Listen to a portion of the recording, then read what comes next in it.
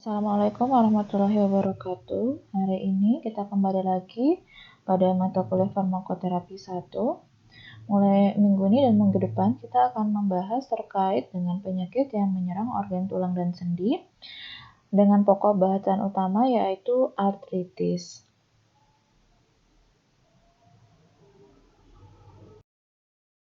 Oke, jadi artritis itu apa sih sebenarnya? Jadi artritis itu secara spesifik artinya adalah adanya inflamasi pada sendi ya. Tapi sebenarnya ini dia nggak terbatas hanya inflamasi pada sendi, tapi sebenarnya artritis itu mengacu pada 100 lebih kondisi yang terkait atau yang efeknya itu terkait dengan sendi, kemudian jaringan-jaringan yang ada di sekitar sendi ataupun jaringan yang menghubungkan antara sendi tersebut. Nah, ini ada beberapa tipe artritis ya, di antaranya ada osteoartritis, rheumatoid arthritis, gout atau hyperuricemia, fibromyalgia, ini ada ankylosing spondylitis, SLE, juvenile arthritis, dan lain-lain. Nah, tapi untuk pokok bahasan kita akan fokus membahas tentang osteoartritis atau OA, rheumatoid arthritis atau RA, dan juga gout atau hyperuricemia.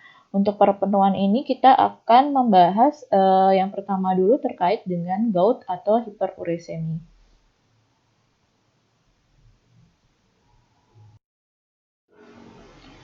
Nah, ini prevalensi terjadinya artritis ya, dapat kalian lihat bahwa ini semakin meningkat usia seseorang, maka dia prevalensi artritisnya semakin banyak. Ini kalau dilihat yang banyak itu adalah usia geriatri ya, yang lebih dari sama dengan 65 tahun.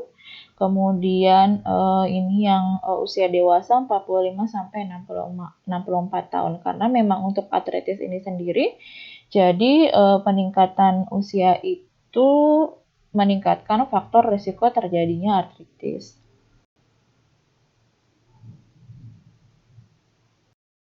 Kemudian kalau kita lihat ya berdasarkan prevalensi usia dan juga jenis kelamin ini kita dapat lihat bahwa dibandingkan dengan pria, wanita ini lebih cenderung untuk menderita artritis ya, dan terkait dengan usia juga hasilnya sama bahwa semakin tinggi atau semakin berumur seseorang maka resiko dia untuk menderita artritis juga akan semakin meningkat.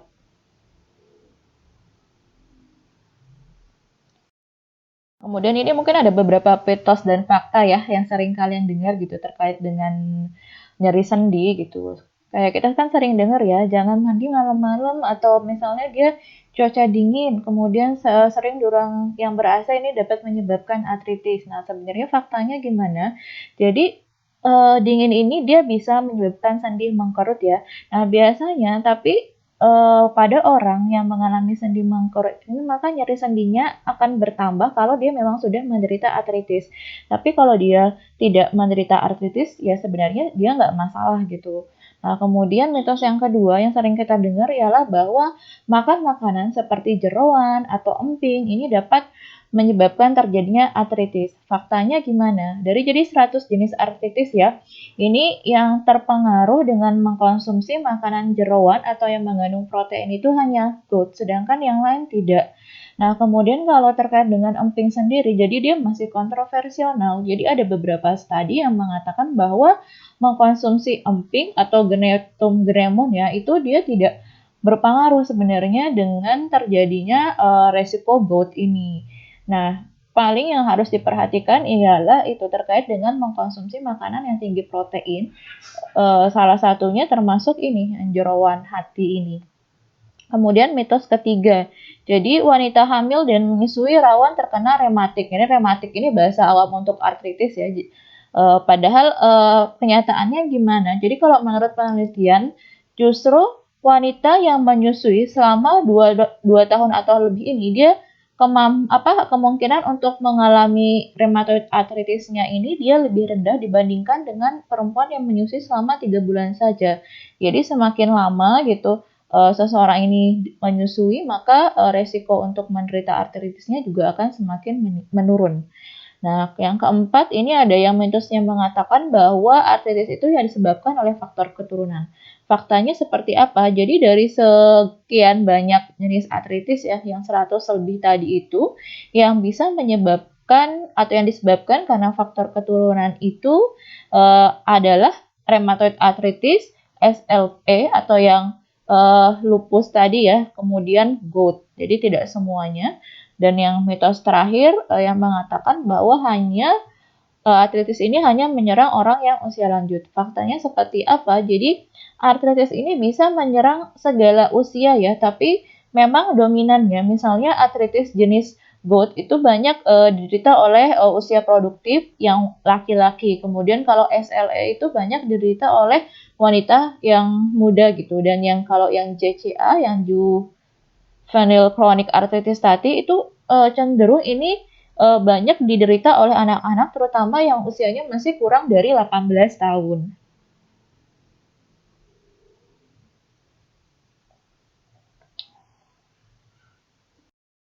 Kita masuk ya ke pembahasan utama kita pada hari ini gitu yang itu terkait dengan gout dan hiperurisemia. Lihat ya di gambar ini ialah salah satu tanda seseorang menderita hiperurisemia atau GOUT ya. Oke, nanti kita akan belajar gitu apa sih bedanya hiperurisemia sama GOUT. Nah, ini kita lihat ya bahwa pada pasien-pasien itu dengan GOUT dia biasanya ini ada peradangan dan juga pembengkakan di persendiannya. Ini kalau kita lihat dia ada radang, membengkak, dan biasanya dia nanti akan berwarnanya merah dan juga nyeri. Nah, yang membedakan antara gout dengan penyakit artritis yang lain ialah bahwa adanya kristal asam urat pada persendian. Jadi nanti kalau misalnya kita ini kalau kita misalnya kita belek, kita lihat ya atau nanti kita ambil menggunakan jarum gitu ketika kita amati dia akan tampak adanya kristal asam urat. Nah, karena adanya peradangan yang disebabkan karena kristal asam urat ini, dia bisa menyebabkan terjadinya malformasi. Oke, kita lihat secara definisi. Jadi, gout merupakan suatu penyakit radang pada sendi ya, yang dapat menimbulkan rasa nyeri yang sangat hebat, disertai dengan bengkak hangat, kemudian kadang ada kemerahan pada sendi yang terkena dan sulit untuk digerakkan. Tadi ya karena ada kristal asam urat ini menyebabkan sendinya menjadi kaku. Nah, ini ciri utamanya kalau gout adalah adanya tadi kristal asam urat atau deposisi kristal yang monosodium urat di dalam sendi yang memicu terjadinya peradangan. Nah, keadaan ini dia sangat berkaitan dengan peningkatan kadar asam urat dalam darah atau hiperurisemia. Namun, orang yang mengalami hiperurisemia belum tentu menderita gout.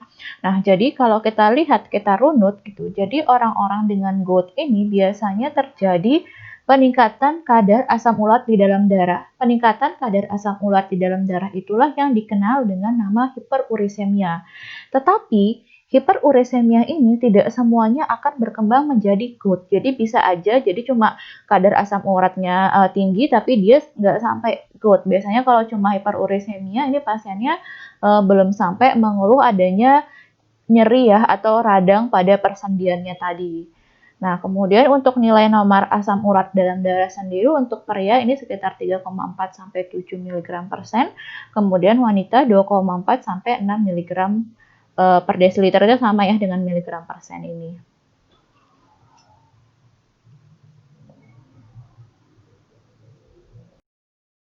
Patofisiologi terjadinya gout ini sendiri seperti apa? Jadi tadi gout itu kan disebabkan karena ada penumpukan ini ya terjadinya hiperurisemia gitu penumpukan kadar asam urat yang tinggi di dalam darah, kemudian karena asam uratnya ini tinggi dia bisa berdeposit juga nanti menjadi kristal asam urat di daerah persendian sehingga menyebabkan terjadinya nyeri yang kita kenal dengan istilah gout ini.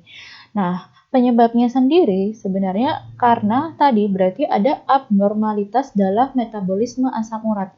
Di mana metabolisme asam urat ini dia menjadi abnormal karena dipengaruhi oleh yang pertama adanya overproduksi asam urat dan yang kedua undersekresi asam urat.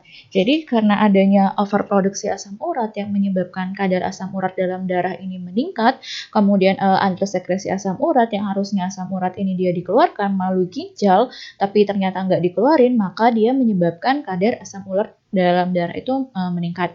Kenapa ini bisa terjadi? Yang pertama, overproduksi asam urat. Jadi overproduksi asam urat itu dapat disebabkan pertama ada kelebihan sintetis atau pembentukan de novo purin, di mana purin ini dia merupakan kayak bahan gitu ya untuk terbentuknya yang tadi yang asam urat. Yang kedua terjadi tumor lysis syndrome.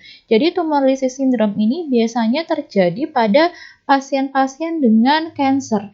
Jadi pada pasien dengan cancer sel-sel kansernya itu ataupun sel-sel normalnya karena dia diberikan obat gitu yang sifatnya itu sitotoksik, maka sel-sel ini dia bisa pecah gitu. Nah, di mana sel-sel yang pecah itu dia mengandung DNA. Nah, di mana DNA ini dia merupakan ini ya, ada bagian dari proteinnya juga. Sehingga dengan terjadinya tumor lysis syndrome ini, maka mengakibatkan kadar asam urat seseorang dia akan menjadi meningkat. Kemudian ini yang terakhir terkait dengan intake makanan yang mengandung purin, termasuk tadi ya makanan protein hewani yang banyak mengandung purin seperti konsumsi hati ataupun yang jeroan. Nah, kemudian kalau yang undersekresi asam urat ini kenapa? Jadi asam urat ini sebenarnya dia merupakan suatu senyawa yang larut dalam air dan diekskresikan utamanya melalui ginjal. Nah, pada kondisi tertentu, di mana misalnya ginjalnya bermasalah sehingga dia tidak bisa mengekskresikan asam urat, ataupun karena tubuh kita ini kekurangan cairan sehingga asam uratnya ini menjadi tidak larut dalam air, maka ini menyebabkan sekresinya menjadi terganggu, sehingga tadi menyebabkan terjadinya penumpukan asam urat. Nah, sebenarnya asam urat ini gitu dia tidak hanya dikeluarkan melalui ginjal, tetapi dia bisa juga dipecah oleh koloni bakteri dan juga nanti dikeluarkan melalui saluran gastrointestinal. Tapi memang utamanya ialah dia dikeluarkan melalui ginjal ini. Nah, sehingga tadi pada konsentrasi yang tinggi, kemudian misalnya ya ini terjadi penurunan suhu tubuh, maka ini menyebabkan terjadinya pengendapan kristal monosodium urat atau MSU tadi yang di persendian.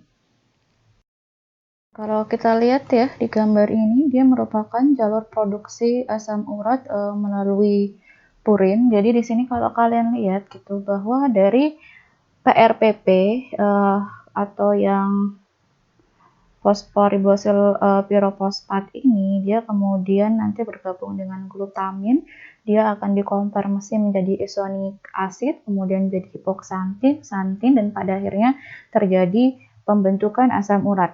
Nah, kemudian kalau kita lihat di sini enzim-enzim yang berpengaruh terhadap pembentukan asam urat ini yang utama ya ini ada PRPP sintetase, kemudian yang ini yang HGPRTase, jadi ini HGPRTase atau hiposantin guanin fosforibosil transferase, dan yang terakhir yang santin oksidase.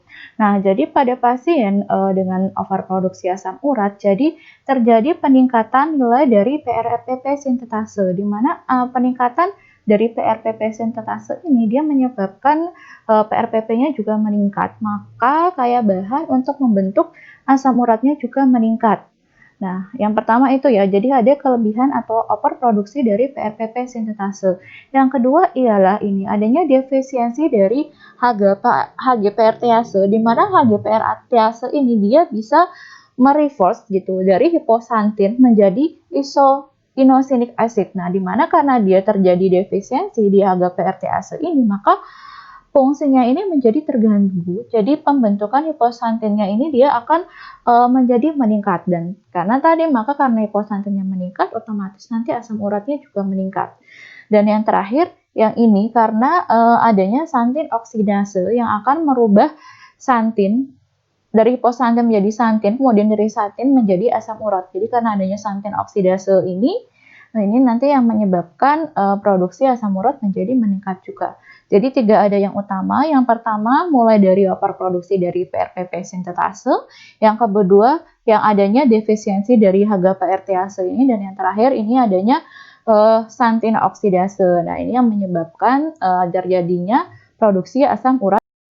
Kemudian dia sebenarnya ciri utama gitu ya, seseorang itu menderita GOUT ialah dapat dilihat dari aspirasi sendinya. Jadi ketika diambil cairan dari sendinya, kemudian dia dilakukan pengamatan di bawah mikroskop seperti itu, maka nanti akan tampak ya atau terlihat adanya kristal jarum tadi, kristal jarum yang monosodium urat atau MSU. Nah, itu yang menandakan bahwa seseorang itu sebenarnya dia menderita asam urat.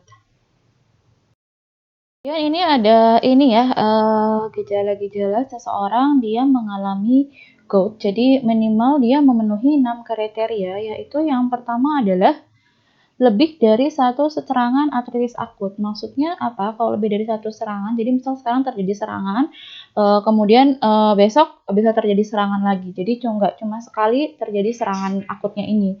Kemudian inflamasi ini maksimum timbulnya dalam 24 jam. Jadi setelah tadi terjadi itu ya, ada deposit asam urat itu, maka akhirnya terjadi inflamasi dalam waktu 24 jam. Kemudian serangannya bersifat monoartritis. Monoartritis ini maksudnya apa? Jadi dia nggak menyerang sekaligus dalam satu waktu, tapi misalnya sekarang sendi yang ini dulu, misalnya sendi yang satu diserang, kemudian besok sendi yang lainnya. Jadi monoartritis, jadi serangannya itu terjadi pada satu sendi dan tidak terjadi dalam banyak sendi secara bersamaan. Kemudian sendinya tadi itu sifatnya kemerah-merahan. Kemudian nyeri atau inflamasinya ini dia terjadi pada kebanyakan ya, terjadi pada sendi jempol kakinya. Nah, kemudian tadi terbentuk topi-topi. Jadi topi-topi ini terbentuk karena adanya penumpukan asam urat. Jadi nanti kita lihat gambarnya. Jadi kayak sendinya itu dia mengalami kayak yang tadi malformasi. Kemudian ada hiperuremisemi. Jadi kalau misalnya kita periksa dari darahnya nanti akan ada peningkatan kadar asam urat. Nah, kemudian sendi ini dia bengkaknya asimetris, jadi bentuknya nggak beraturan. Dan yang terakhir ketika dilakukan aspirasi sendi atau diambil cairannya melalui sendi ini tidak terdapat mikroba atau bakteri. Kenapa? Karena khawatirnya kalau ini ada mikroba, maka yang menyebabkan terjadinya nyeri tadi itu ataupun peradangan itu bukan karena GOUT-nya, tapi karena ada infeksi bakteri. Tadi ya, topi itu bentuknya seperti apa? Jadi karena adanya deposit padatan asam urat pada persendian, ini bisa terjadi topi. Jadi kayak bengkak, kemudian nanti dia berubah atau malformasi bentuk. Nah, ini termasuk yang salah satu yang sangat parah ya, karena biasanya kalau asam urat tadi kan dia menyerangnya di sendi jari kaki ya, tapi ini karena sudah menyampai ke sendi jari tangan juga. Nah, ini biasanya yang levelnya sudah cukup parah. Nah, jadi GOUT ini dia memiliki beberapa tahapan dari gejala kliniknya. Yang pertama dimulai dari asimptomatik hiperurisemia. Jadi seseorang ini awalnya dia itu nanti hiperuricemianya atau pemeriksaan kadar asam urat dalam darahnya itu tinggi, tapi biasanya belum ada gejala yang jelas. Jadi belum timbul nyeri ataupun peradangan. Itu yang kita kenal dengan asimptomatik hiperurisemia. Nah, nanti kelamaan asimptomatik hiperurisemia ini kalau dia ini ya semakin parah gitu, nanti dia akan bisa menyebabkan terjadinya serangan GOUT akut yang ditandai dengan nyeri yang tiba-tiba, kemudian eritema, kemudian terjadinya pembatasan gerakan dan juga pembengkakan pada sendi. Nah, ini biasanya nyerinya itu dia meningkat ya sampai puncaknya 8 sampai 12 jam dalam kurun waktu 8-12 jam. Nah, biasanya orang-orang yang mengalami GOUT akut ini dia 90% merupakan serangan pertama. Jadi baru awal gitu, baru pertama kali dia menderita GOUT. Dan tadi yang paling banyak ini yang terlibat adalah yang pangkal ibu jari kaki atau sendi di ibu jari kakinya. Ini sekitar 90%. Tetapi tidak menutup kemungkinan juga gitu bahwa dia akan menyerang sendi lain seperti pergelangan kaki, lutut, dan ini ya kalau sudah parah atau jarang-jarang terjadi ini bisa sampai ke pergelangan tangan, jari-jari tangan, dan siku. Nah, kemudian jarak dari terjadinya serangan pertama sampai dengan serangan berikutnya ini umumnya lebih dari 1 tahun. Nah, jadi misalnya ketika seseorang dia baru pertama kali nih mengalami gout akut. Nah, ini misalnya sekarang ada serangan gout akut. Nah, nanti dia akan ada periode kayak rehat gitu. Baru 1 tahun kemudian bisa jadi gejalanya kambuh. Nah, tapi kalau sebenarnya udah 1 tahun kemudian dia ini kambuh, selanjutnya maka serangannya ini akan sering terjadi dan nyerinya lebih lama dan lama-kelamaan dia akan melibatkan lebih dari satu sendi. Jadi kalau awal-awal tadi ya dia masih sifatnya monoartritis, tapi kalau lama-kelamaan gitu dari gout akut kemudian dia berkembang terus, lama-kelamaan yang terlibat adalah lebih dari satu sendi.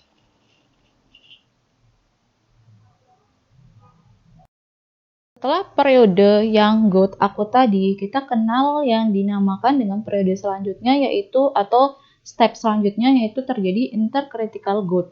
Jadi tadi dari akut gout dia kan itu ada periode rehat ya, ataupun misalnya gout akutnya ini sudah tertangani. Nah, ini kemudian masuk yang dinamakan dengan periode intercritical gout.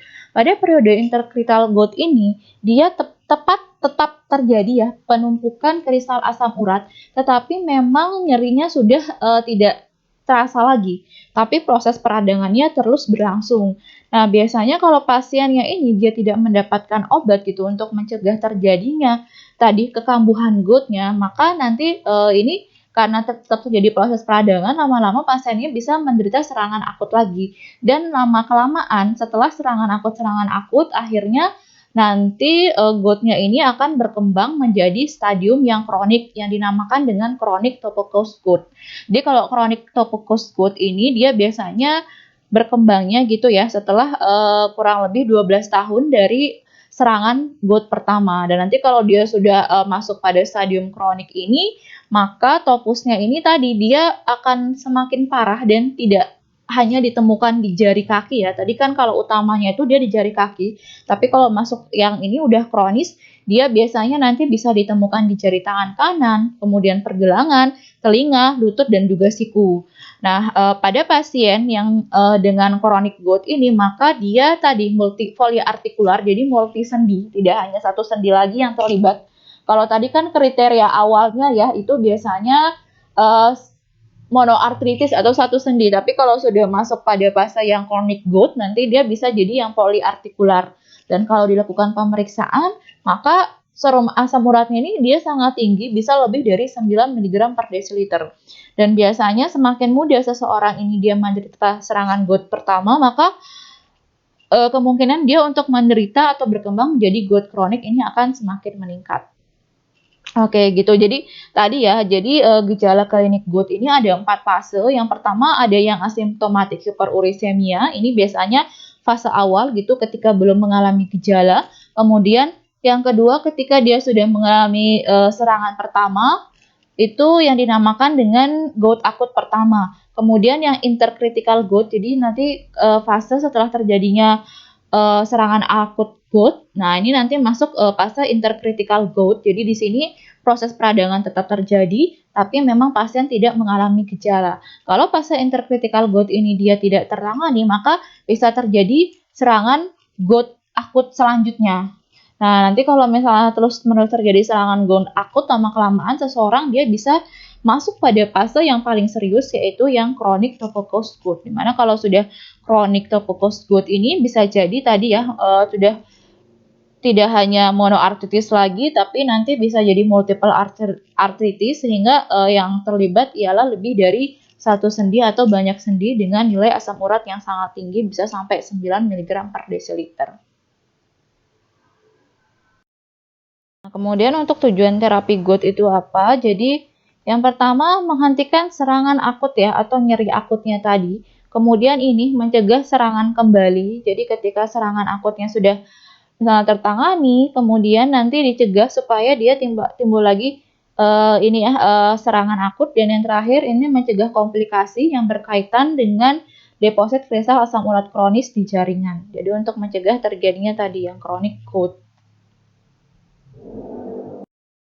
Prinsip pengobatan GOUT sendiri yaitu yang pertama lah kalau misalnya pasiennya dia hanya hiperuresia asimptomatik ya. Jadi kalau misalnya dia masih hiperuresia asimptomatik biasanya ini masih belum membutuhkan terapi. Jadi paling yang disarankan ialah melakukan terapi non farmakologi. Yang bisa dilakukan yaitu untuk mengurangi asupan purin termasuk tadi ya mengurangi makanan yang tinggi purin seperti protein protein hewani kayak jeruan, hati gitu ya. Kemudian kalau pasiennya obes ini bisa juga dengan cara mengurangi berat badan karena kalau obes itu tekanan pada sendinya juga bisa meningkat. Kemudian meningkatkan gitu intake cairan. Jadi kalau intake cairannya meningkat tadi kan asam urat ini dia bisa kayak terlarut ya dalam cairan sehingga kalau intake cairan meningkat, maka diharapkan sekresi asam uratnya ini juga akan meningkat. Kemudian istirahatkan sendi 1-2 hari dan yang terakhir ini kurangi intake alkohol karena ada penelitian yang mengkaitkan gitu antara konsumsi alkohol dengan peningkatan asam urat. Nah, kemudian selanjutnya ialah kalau terjadi serangan akut gout, maka pasien dapat diberikan terapi yang sifatnya tadi analgesik dan juga untuk bisa mengurangi inflamasi. Contohnya ini ada NSAID atau non-steroid anti-inflammatory drug. Kemudian ada colchicine dan juga ada yang corticosteroid. Kemudian untuk ini ya mencegah gitu terjadinya kekambuhan gout, maka bisa kita berikan pengobatan.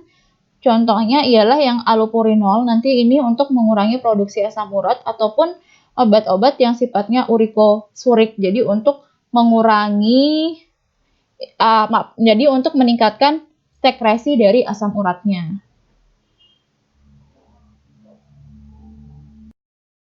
Pasien yang mengalami serangan nyeri gout akut, maka terapinya ini secepat mungkin harus diberikan gitu ya. Nah, kemudian pemilihan terapinya ini dia nanti berdasarkan jadi dilihat risk benefitnya gitu, ada kontraindikasi nggak pada pasiennya. Kemudian sebelumnya pasiennya ini pernah diterapi apa, mempan atau enggak gitu. Kemudian ini inisiasi terapinya seperti apa. Kemudian ini ada number and type of joint involved. Jadi misalnya kalau apakah sendi yang terlibat itu satu ataukah lebih dari satu sendi. Nah, untuk selain optionnya sendiri itu sebenarnya sekarang adalah colchicine ya. Nah, tapi tadi harus dilihat time of initiation-nya. Jadi kalau colchicine ini dia itu berefek gitu, memiliki efek yang efektif kalau dia diberikan dalam jangka waktu 12 jam gitu, dalam jangka waktu 12 jam sejak munculnya tadi yang serangan akut itu. Nah, nanti kalau dia sudah lebih, biasanya nanti efektivitasnya menurun. Nah, atau ini bisa juga kita berikan ya, dan atau jadi nanti tergantung kalau ternyata kita mau berikan NSAID ini juga bisa. Nah, ini ada rekomendasi dengan ditambahkan dengan proton pump inhibitor pada pasien-pasien yang memang memiliki resiko tinggi untuk menderita ini gastritis ataupun ini ya ada peptic ulcer gitu. Atau bisa juga kita berikan yang kortikosteroid oral ataupun yang ini langsung kita injeksikan kortikosteroid di injeksinya atau intraartikular aspirasi. Nah, ini kita harus lihat ya, kalau misalnya kita ingin memberikan yang injeksi kortikosteroid, maka harus dilihat jumlah dari sendi yang terlibat karena biasanya kalau kita berikan injeksi yang intraartikular ini dia biasanya convenience-nya itu hanya pada satu sendi. Jadi kalian bayangkan saja kalau misalnya banyak sendi yang terlibat, apakah kita itu akan nyaman kalau misalnya pasiennya itu kita suntikkan dalam banyak sendi gitu. Sehingga biasanya kalau memang sendi yang terlibat hanya satu itu masih memungkinkan kalau kita berikan yang injeksi kortikosteroid. Tapi kalau misalnya sudah banyak sendi yang terlibat, maka itu bisa kita berikan obat-obatan yang kerjanya secara sistemik kayak misalnya yang tadi yang oral colchicine ataupun yang oral NSAID ataupun yang oral kortikosteroid. Nah, tadi kita lihat ya, jadi pemberiannya yang colchicine ini harus dilihat onset serangan akutnya. Kalau masih kurang dari 12 jam sejak terjadinya serangan onset serangan akut, kita masih bisa mempertimbangkan untuk pemberian colchicine. Selain itu juga bisa kita lihat apakah pasiennya dia ini ada gagal ginjal yang sifatnya berat. Kalau ternyata dia ada gagal ginjal berat, maka sebaiknya hindari penggunaan colchicine dan NSAID. Kemudian juga kalau misalnya pasiennya ini dia pakai siklosporin atau clarithromycin, maka ini sebaiknya kita hindari juga koadministrasi yang colchicine. Nah, kalau misalnya ternyata ya pasiennya ini dia kontraindikasi gitu terhadap penggunaan colchicine, NSAID atau kortikosteroid oral. Jadi ini ada yang terbaru gitu, penggunaan interleukin 1 blocker, tapi dia ini sifatnya masih off label ya. Kalau memang terpaksa nih, kalau tiga-tiganya ini kontraindikasi, bisa kita pertimbangkan penggunaan yang interleukin 1 blocker. Jadi interleukin itu kan dia ini ya sitokin yang memediasi terjadinya inflamasi, sehingga kalau dia diblok diharapkan juga nanti inflamasinya ini akan tertangani gitu.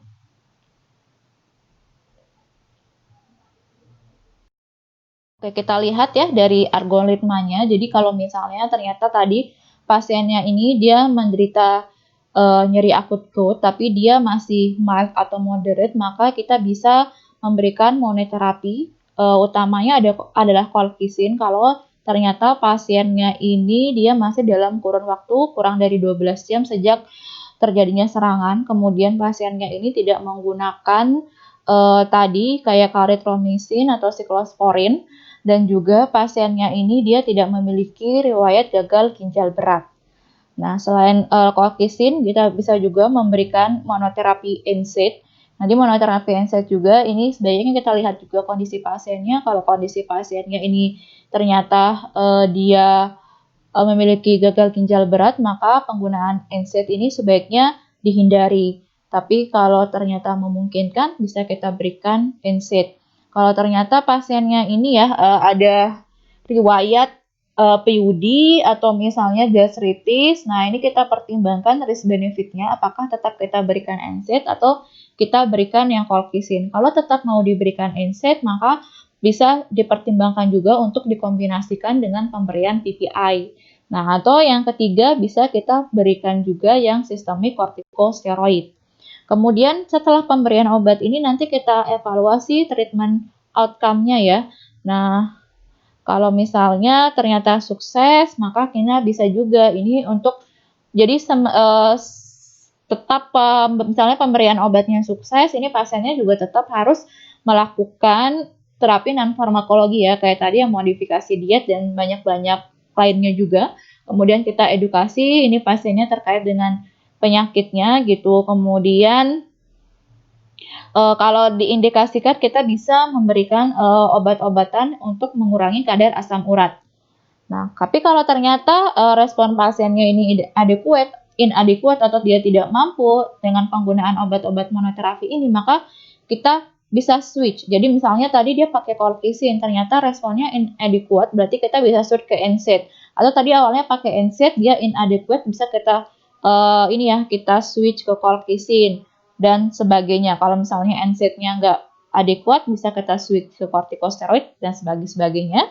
Nah, tapi bisa juga misalnya kalau kita mau memberikan terapi yang kombinasi terapi. Misal tadi colchicine kita kombinasi dengan NSAID, kemudian colchicine kita kombinasi dengan oral kortikosteroid, NSAID kita kombinasi dengan artikular kortikosteroid.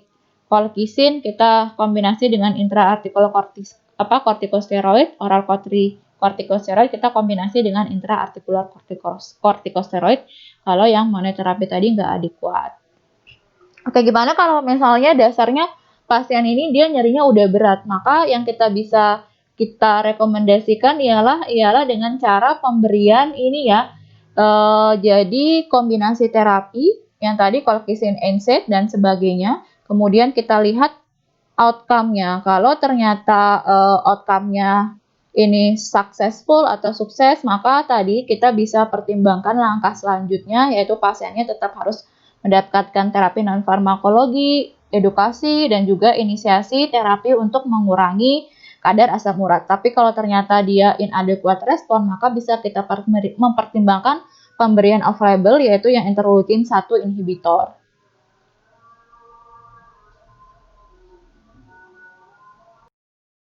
Terapi utama dari akut itu sendiri, ini yang pertama ya, ada golongan NSAID. Nah, golongan NSAID ini sendiri ada kelas-kelasnya, di antara ini ada yang salisilat, contohnya ada aspirin, diflusinal, kemudian yang fenamat, ini ada sama fenamat, kemudian ada diklofenak, baik natrium ataupun kalium ya, kemudian yang ibuprofen, ketoprofen, ketorolak, meloxicam, piroxicam, dan juga ini ada yang selektif untuk menghambat COX-2 inhibitor, contohnya kelokoxib dan valdecoxib. Kalau yang 6 di atas ini dia tradisional atau konservatif NSAID, jadi dia menghambatnya pada siklooksinase 2 dan 2. Dibandingkan dengan yang COX-2 inhibitor yang selektif ini, yang tradisional NSAID ini efek samping kegangguan ke gastrointestinalnya dia lebih berat gitu. Tetapi yang COX-2 inhibitor ini sendiri dia kekurangannya yaitu dia memiliki resiko efek samping kardiovaskular yang lebih besar daripada golongan yang NSAID tradisional. Nah, ini perbandingannya ya, kalau dari yang NSAID tradisional atau konservatif NSAID tadi terkait dengan efek samping ke gastrointestinalnya, ini kalau kita lihat ya, ini pembandingnya ibuprofen. Jadi ibuprofen kalau dibandingkan dengan yang lain dia memiliki resiko efek samping gastrointestinal yang lebih rendah. Nah, ini kemudian yang paling tinggi ialah ketorolak gitu. Jadi yang paling rendah itu ibuprofen. Ini aspirin agak lebih tinggi daripada ibuprofen tapi masih rendah daripada diklofenak. Nah, kemudian ini piroxicam, ketoprofen yang sering dipakai sama yang paling berat gitu resiko terjadinya efek ke gastrointestinal itu adalah yang ketorolak.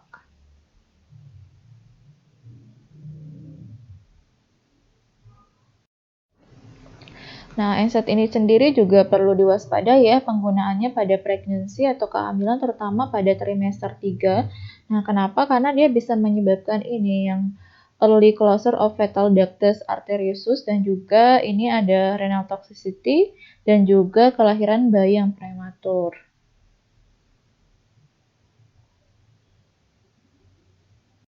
Closure of fetal ductus atau biasa juga yang dikenal dengan patent ductus arteriosus itu apa? Jadi kalau kalian lihat di sini ya ada klep gitu ya yang menghubungkan antara paru-paru dan juga jantung. Nah, di mana pada pasien dengan PDA ini dia klepnya tadi itu dia kayak membuka gitu. Nah, ini mengakibatkan bisa terjadi overload cairan pada jantungnya. Selain itu juga ini itu bisa menyebabkan terjadinya hipertensi portal. Makanya ini sangat berbahaya. Nah, tapi sebenarnya kejadian yang PDA ini dia kedua untuk serangan ya atau jarang, tetapi memang ada salah satu efek dari penggunaannya pada sebagai anti yang harus kita waspadai.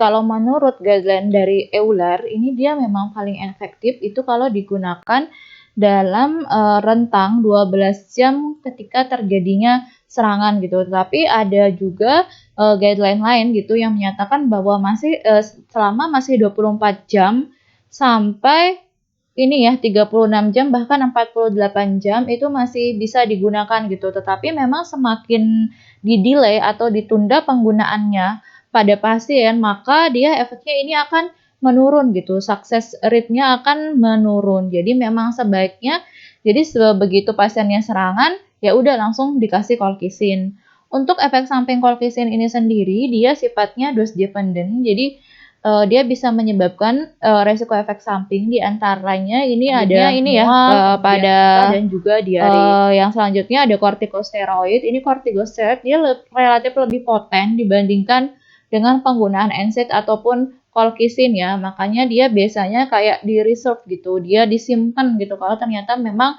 penggunaan colchicine atau NSAID-nya ini dia tidak efektif kalau digunakan untuk monoterapi. Tapi kalau mau dipakai yang tadi kayak combination terapi juga bisa, yang penting nanti dilihat kondisi pasiennya gitu. Dan yang tadi biasanya corticosteroid kalau dia penggunaannya secara sistemik maka ini bisa digunakan pada gout yang sifatnya multiple joint. Jadi sendi-sendi yang terlibat itu lebih dari satu. Kalau yang bentuk sediaannya oral ya.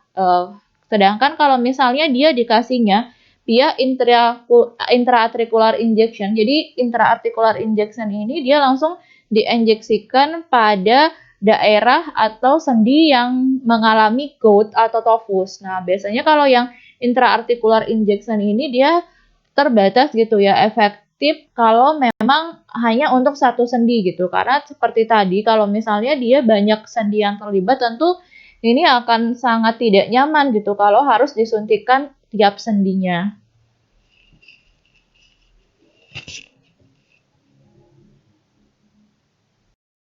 Masuk ke untuk terapi pencegahan serangan akutnya. Kalau yang tadi, yang penggunaan NSAID, kortikosteroid ataupun colchicine itu dia digunakan untuk terapi gout attack-nya gitu. Jadi ketika terjadi nyeri atau serangan gout, nah itu baru diberikan yang tadi ya kortikosteroid, kemudian yang colchicine ataupun yang NSAID. Sedangkan kalau yang propilaksis ini dia tujuannya ialah untuk mencegah supaya tidak terjadi serangan akut gout tadi.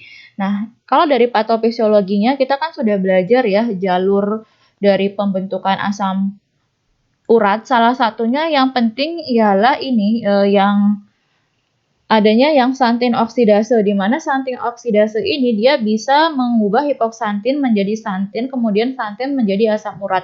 Nah, karena itu maka enzim xanthin oksidase ini dia harus kayak dihambat gitu. Nah, obat yang digunakan itu adalah allopurinol. Makanya di sini allopurinol dia kerjanya untuk mengurangi produksi dari asam urat. Kemudian ada obat lainnya juga yang probenecid dan sulfinvirazon. Kalau probenecid dan sulfinvirazon ini dia merupakan suatu orikosurik gitu. Jadi dia kerjanya ialah untuk meningkatkan dari sekresi asam urat, sehingga asam urat ini dia banyak gitu ya dikeluarkan nanti melalui ginjal dan urin, sehingga kadar asam urat dalam darah juga akan mengalami penurunan.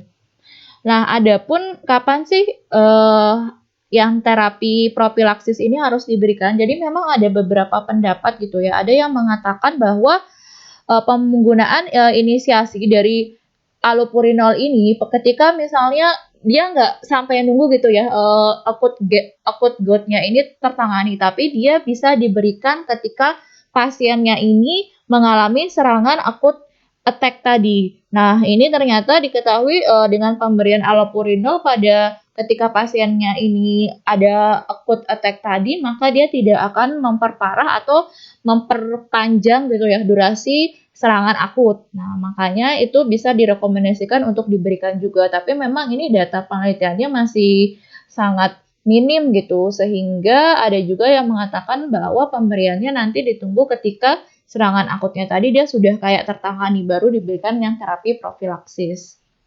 Kalau yang tadi kan terkait dengan kapan sebaiknya terapi hiperurisemia itu diberikan. Kalau ini kriteria seperti apa sih yang mengakibatkan seseorang itu dia direkomendasikan untuk diberikan yang ULT atau uric acid lowering therapy. Jadi kalau pasiennya ini dia mengalami riwayat recurrent acute gout arthritis atau serangan akut goutnya ini dia terjadi tidak hanya sekali ya, tapi berulang-ulang. Nah, kemudian dengan peningkatan asam urat yang signifikan, maka itu sudah bisa direkomendasikan untuk pemberian yang uric acid lowering therapy. Tapi kalau dia baru first attack atau baru serangan pertama, itu pemberian yang ULT ini belum direkomendasikan. Nah, kemudian untuk target terapinya sendiri, ini adalah kurang dari 6 mg per desiliter. Target terapi ini berbeda dengan kadar asam urat normal. Kalau tadi kan kita di awal belajar ya, bahwa untuk laki-laki itu dia kadar asam urat normalnya itu sampai 7 masih dianggap normal gitu ya. Sedangkan kalau yang wanita masih sampai 6 itu masih dianggap normal. Sedangkan kalau target di sini ketika kita sudah memulai terapi yang ULT ini, maka kita menargetkan untuk mencapai kadar asam urat yang kurang dari 6 mg per desiliter. Nah, tapi untuk kondisi-kondisi tertentu di mana misalnya dia terjadi serangan akut gout yang parah, kemudian sehingga terbentuk topus-topusnya juga berat. Nah, ini memang untuk kadar asam uratnya ini dia targetnya lebih rendah lagi, yaitu kurang dari 5 mg per desiliter. Nah, ketika terapi antihiperurisemia ini dia diberikan, ini juga direkomendasikan diberikan bersamaan dengan kolkisin 0, mg 2 kali sehari ya.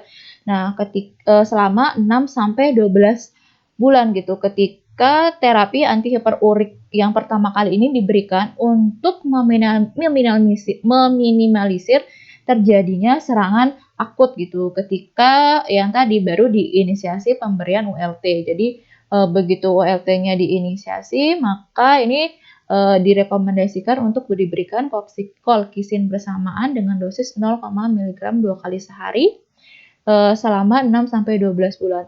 Jadi tujuan penggunaan kolkisin ini berbeda dari yang tadi ya, dari yang sebelumnya diterangkan. Kalau sebelumnya kan dia digunakan untuk terapi ketika gout attack. Makanya tadi dosisnya juga berbeda dibandingkan dengan ketika kolkisin ini dia diberikan sebagai koterapi untuk meminimalisir terjadinya serangan akut pada pasien yang baru diinisiasi pemberian ULT. Nah, kemudian ini kalau kita perhatikan, jadi rekomendasinya ini sendiri tadi itu ya, jadi ketika seorang ini dia mengalami kekambuhan gout lebih dari sama dengan 2 kali per tahun, nah ini baru direkomendasikan pemberian yang ULT. Kemudian pada pasien yang menderita 1 atau lebih topi ya, nah itu juga dia direkomendasikan pemberian ULT. Kemudian kalau misalnya dari pemeriksaan radiografi ternyata sudah terjadi kayak kerusakan pada sendinya karena gout, itu juga direkomendasikan untuk pemberian ULT. Nah tadi ya, kalau dia masih pertama kali gitu mengalami serangan akut gout, maka pemberian ULT ini masih belum direkomendasikan gitu. Sama juga tadi kalau ternyata pasiennya ini dia hiperurisemia tapi dia masih sifatnya asimptomatik, maka pemberian ULT juga belum direkomendasikan gitu.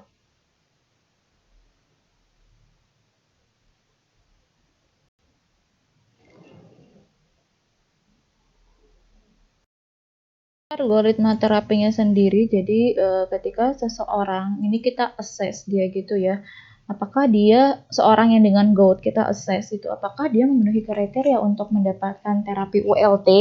Di antaranya tadi ya terjadi di mana kekambuhan gout ini dia lebih dari sekali gitu recurrent, kemudian yang tadi yang kondisi asam uratnya itu juga tinggi, kemudian tadi serangannya itu lebih dari sama dengan 2 kali setahun, kemudian ada tanda-tanda kerusakan pada sendi akibat gout dan juga sudah terbentuk 1 atau lebih tofi. Nah, maka dia ada indikasi untuk diberikan ULT. Tapi kalau ternyata tidak, maka yang disarankan ialah diberikan terapi non-farmakologi. Kayak tadi ini mengurangi makanan yang mengandung protein hewani gitu ya, yang banyak mengandung purin. Kemudian juga ini kalau misalnya dia menggunakan obat-obat tertentu yang bisa meningkatkan kadar asam urat seperti diuretik, niacin, atau calcineurin inhibitor, ini perlu kita assess lagi risk dan benefitnya. Nah, kemudian kalau ternyata pasien ini dia ada indikasi untuk diberikan tadi yang ULT terapi, maka first line yang disarankan ini diberikan allopurinol dulu. Kemudian nanti dievaluasi apakah targetnya ini dia tercapai. Kalau ternyata targetnya belum tercapai, maka dosis allopurinolnya ini kita tingkatkan dulu sampai dosis maksimum. Jadi nggak di-switch dulu, tapi ditingkatkan dulu sampai dosis maksimum. Nah, kemudian kalau ternyata pasiennya ini dia memiliki riwayat hipertensi atau dia memiliki riwayat hipertrigliserida gitu, maka ini bisa kita rekomendasikan penggunaan untuk obat hipertensinya itu adalah losartan.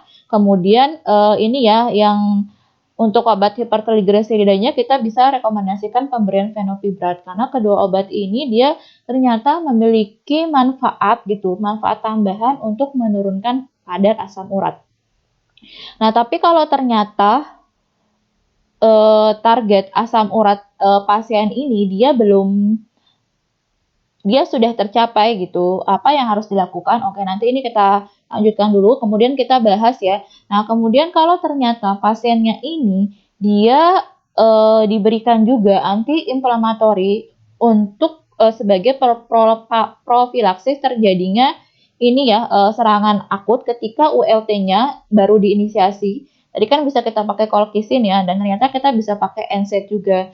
Nah, nanti kemudian kita assess dulu ini penggunaan antiinflamatorinya ini apakah ketika misalnya kita makein dia antiinflamatori kemudian ternyata dia ini ya ternyata ada kayak attack gitu selama kekambuhan. Kalau iya maka penggunaan terapi profilaksisnya ini bisa kita lanjutkan. Kalau enggak gimana?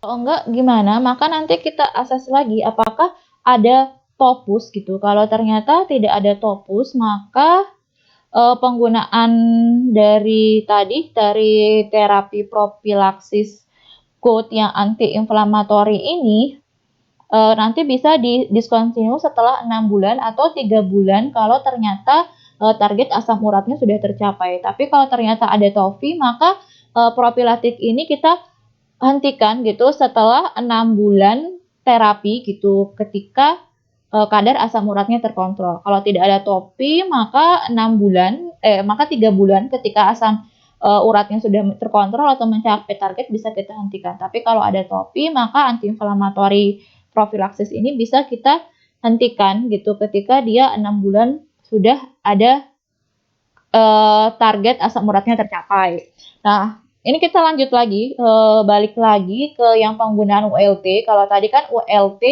yang pertama itu pilihannya bisa kita gunakan allopurinol. Kalau ternyata allopurinol ini dia belum mencapai target, itu bisa kita maksimalkan dulu tadi efek terapinya sampai dosis maksimum yang direkomendasikan. Kemudian kalau ada komorbidnya, misalnya hipertensi atau hipertrigliserida, maka kita bisa pertimbangkan itu diberikan losartan untuk hipertensinya, kemudian fenopibrat untuk yang hipertrigliseridanya.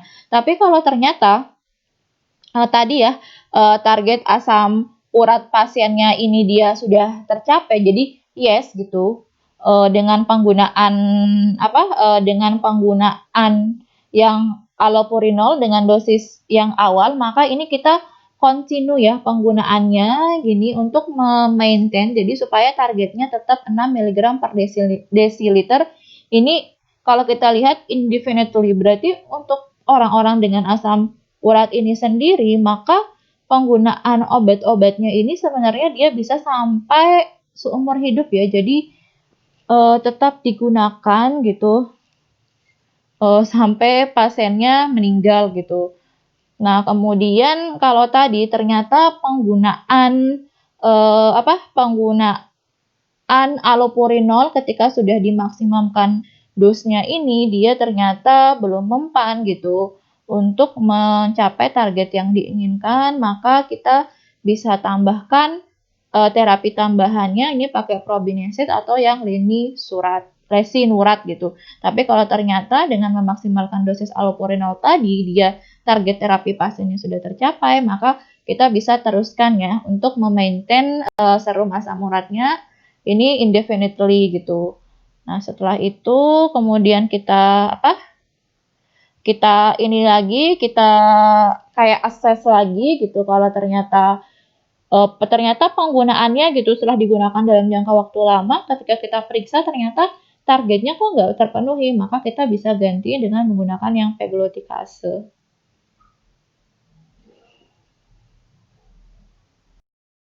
Satu obatnya yang pertama dari allopurinol ya. Tadi kalau kita lihat bahwa allopurinol itu merupakan first line terapinya gitu pada pasien untuk sebagai terapi profilaksis serangan akut GOUT-nya.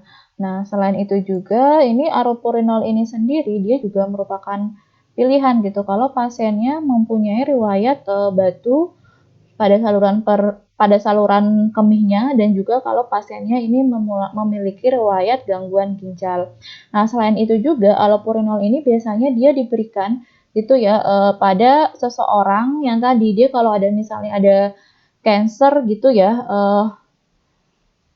Kemudian untuk mencegah terjadinya ini tumor lysis syndrome selama pemberian yang cytotoxic terapi itu bisa diberikan xanthine oxidase inhibitor atau allopurinol itu sebelum terapinya sehingga tidak terjadi tadi yang tumor lysis syndrome. Yang salah satunya bisa menyebabkan terjadinya overproduksi asam urat. Nah, ini efek sampingnya nanti bisa kalian baca sendiri ya, ada skin rash, kemudian urtikaria, GI problems, kemudian sampai pusing juga ya. Nah, kemudian ada hipersensitivitas dan lain-lain. Selanjutnya yang febuxostat ya, ini dia juga masih xanthine oxidase inhibitor. Nah, kemudian dia termasuk obat-obat yang baru ya. Kemudian ini dia kalau pada pasien dengan gangguan ginjal dia relatif tidak membutuhkan penyesuaian dosis ya. Kalau dia fungsi ginjalnya masih lebih dari 30 ml per menit.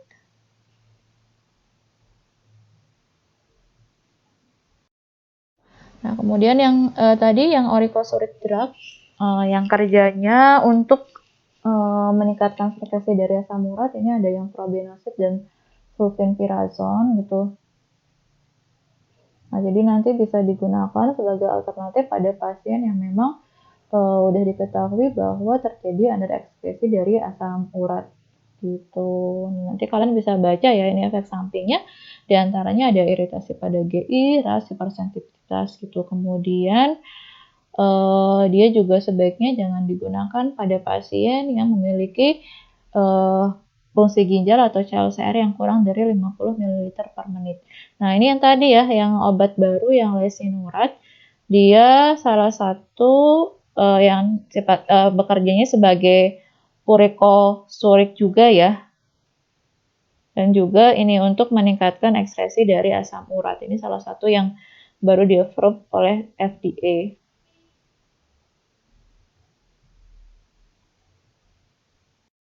Nah, ini kemudian tadi alternatif terapi terakhirnya bisa kita pakai peglotikase. Nah, ini dia semacam pegylated rekombinan urikase yang bekerjanya untuk mengurangi asam urat gitu ya. Dan dia juga termasuk water soluble. Ini bisa gampang dikeluarkan, tapi dia memang penggunaannya hanya jika allopurinolnya ini kontraindikasi ataupun pasiennya nggak mempan pakai allopurinol. Jadi tetap ya pilihan utamanya allopurinol dulu sebagai first line untuk ULT atau uric acid lowering therapy.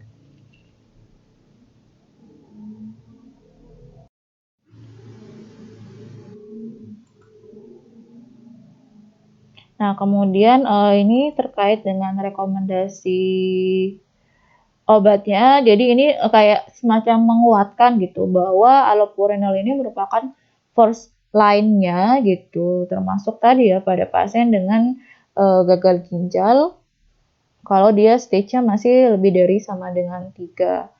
Nah, ini xanthine oxidase inhibitor yang tadi yang allopurinol itu lebih dipilih penggunaannya daripada yang propinesid atau yang uricosuric. Nah, kemudian untuk penggunaannya sendiri, jadi memang digunakan ini ya pada low dose dulu, baru nanti dititerasi gitu. Kemudian kalau ternyata tadi ya, misalnya untuk mencegah gitu, pada pasien-pasien yang baru diinisiasi penggunaan ULT ini perlu digarisbawahi inisiasi penggunaan ULT gitu. Jadi dia baru pertama kali dapat ULT, maka ini bisa direkomendasikan untuk penggunaan bersamaan yang tadi ya anti-inflammatory prophylaxis. Nah, kemudian untuk pilihannya sendiri kan tadi ya bisa pakai low dose NSAID ya atau low dose colchicine ya, atau second line-nya itu bisa pakai yang corticosteroid. Nah, ini nanti tapi disesuaikan lagi tadi tergantung dari kondisi pasiennya. Nah, kemudian dilihat dari algoritmanya. Jadi kalau ternyata memang dia tidak kalau ada kekambuhan serangan ketika memakai yang anti-inflammatory ULT, maka ini penggunaannya bisa diteruskan. Tapi kalau ternyata sudah tidak ada serangan, kemudian dilihat sudah tidak ada tofu, maka ini bisa di stop ya 3 bulan kadar asam uratnya tercapai, maka nanti setelah kadar asam uratnya tercapai gitu 3 bulan kemudian penggunaan anti-inflammatory prophylaxis ini dapat dihentikan.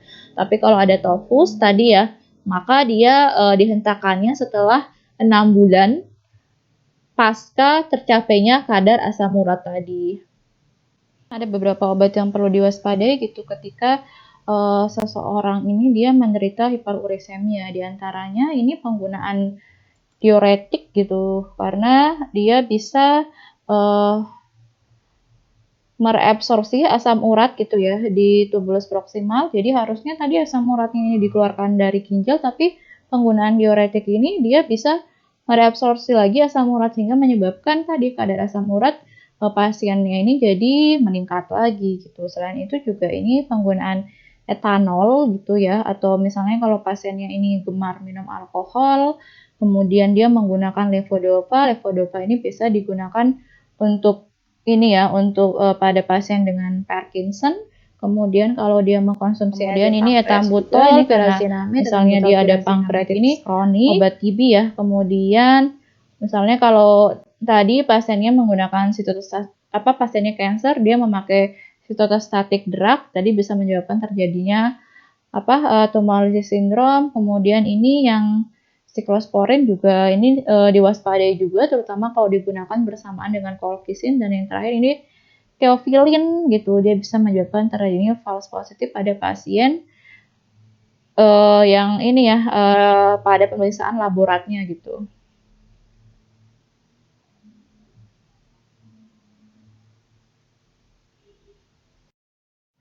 Nah, kemudian terkait dengan monitoring terapinya sendiri, apa yang perlu diperhatikan? Tentu ya, yang pertama tadi target asam uratnya harus diperhatikan gitu. Jadi kalau dia kurang dari 6 mg per desiliter tapi pada kondisi berat, maka di targetnya ini adalah kurang dari 5 mg per desiliter. Kemudian perbaikan dari gejala goutnya ini, jadi kekambuhannya sendiri nanti dimonitor apakah masih tetap sering kambuh gitu, sudah terjadi pengurangan, kemudian terjadinya efek samping obatnya, kemudian apakah ada interaksi dengan penggunaan obat lain, kemudian dimonitoring juga karena penggunaan obatnya ini dalam jangka waktu yang lama, maka fungsi ginjal pasien, hati, kemudian elektrolit, kemudian complete blood count atau pemeriksaan darah ini juga sebaiknya dilakukan pemeriksaan gitu ya tiap 6 sampai 12 bulan sekali. Tadi karena memang penggunaannya ini jangka panjang. Ini ada latihan kasus ya, Nyonya Y umurnya 40 tahun, dia mengeluh rasa nyeri atau sakit, ini udah berkali-kali, kemudian bengkak pada jempol kaki kiri. Dia ada riwayat sosial, hobinya makan jeroan, kemudian dia ada riwayat penyakit, ini ada tukar peptid, kemudian dia juga penderita hipertensi. Kemudian dari terapinya sendiri, dia selama ini mendapatkan terapi HCT. Data labnya asam urat 8 mg per desiliter, gambaran kristal jarum dalam cairan sinovial. Nah, coba kalian analisis ya, apa yang terjadi pada pasien ini, kemudian kira-kira faktor resiko goutnya apa, kemudian terapi non-farmakologi dan farmakologi yang bisa kalian rekomendasikan ya, baik untuk goutnya ataupun untuk terapi hipertensinya. Oke, nanti kalau ada yang bisa menjawab akan saya berikan poin tambahan nilai. Jadi menjawab nggak mesti ini ya, nggak mesti betul juga gitu kan masih sama-sama belajar. Jadi nanti yang penting kalian ada inisiatif gitu untuk menjawab, akan saya berikan poin tambahan nilai pada farmakoterapi 1.